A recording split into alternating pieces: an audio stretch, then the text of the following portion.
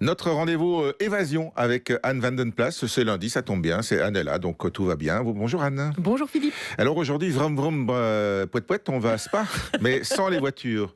On va y payer en voiture, mais c'est pas pour ça qu'on y va, quoi.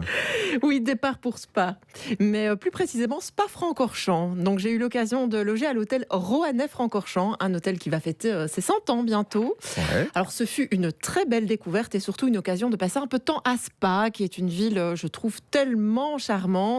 Beaucoup de gens s'y rendent pour les francopholies ou le festival de théâtre, mais c'est aussi un plaisir de passer du temps dans la ville en dehors de ses activités et surtout de profiter des nombreuses promenades aux alentours. Et alors cet hôtel, c'était une quincaillerie au départ.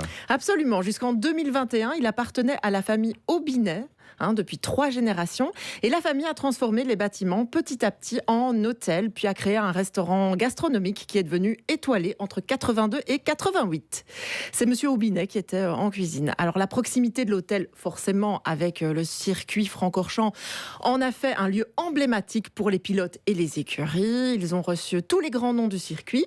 En 2021, ils vendent à 2 investisseurs de la région, Roger Guellen et Vicky Bosquin, qui veulent réellement garder l'esprit du lieu, et la promesse était tenue puisque les Aubinet habitent d'ailleurs tout près et viennent régulièrement. Alors donc même si l'âme du lieu est totalement respectée, j'imagine qu'il y a des nouveautés.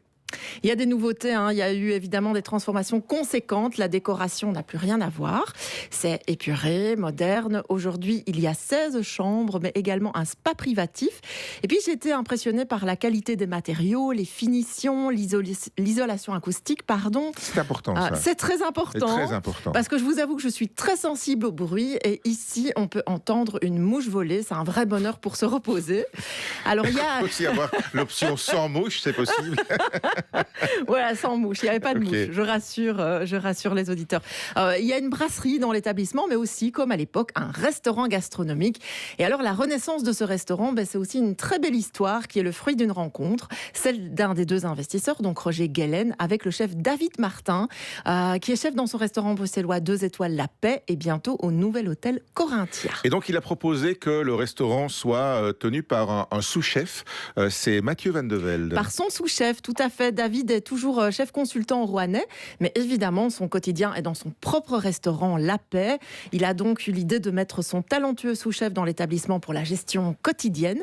Au début, la carte était très influencée par la carte de La Paix et petit à petit, Mathieu a imposé son style. Quoi. Absolument. Résultat, il a obtenu une étoile l'année qui a suivi l'ouverture, a été nommé jeune chef de l'année par le guide Michelin 2023.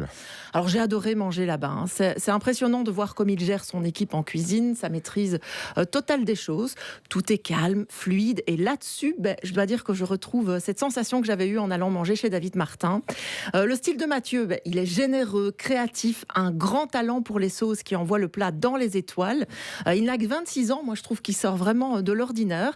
Il a une vraie culture de la viande aussi, qu'il tient de ses grands-parents. Et couplé avec la formation de David, sa proposition en cuisine est très complète. Bref, coup de cœur. Et alors, pour les auditeurs, je le signale, une ou 2 fois par mois, Mathieu donne cours de cuisine le dimanche soir au Roannais. Vous constituez un menu 3 services avec lui et puis évidemment, vous le dégustez après. Bon voilà, alors c'est le 7e ciel dans l'assiette, mais on peut aussi s'envoyer en l'air, si j'ose dire. Pour celles et ceux qui ont envie de faire un baptême de l'air, il y a des formules. Oui, ma chambre donnait sur l'héliport privé du Roannais. Carrément, oui. Et les clients peuvent en effet sur réservation vivre cette expérience atypique. Si vous réservez un baptême pour un vol panoramique, vous survolez le château de Reinhardstein, j'espère que je prononce bien, le circuit de Spa-Francorchamps évidemment, ou encore le barrage du lac de Gilep.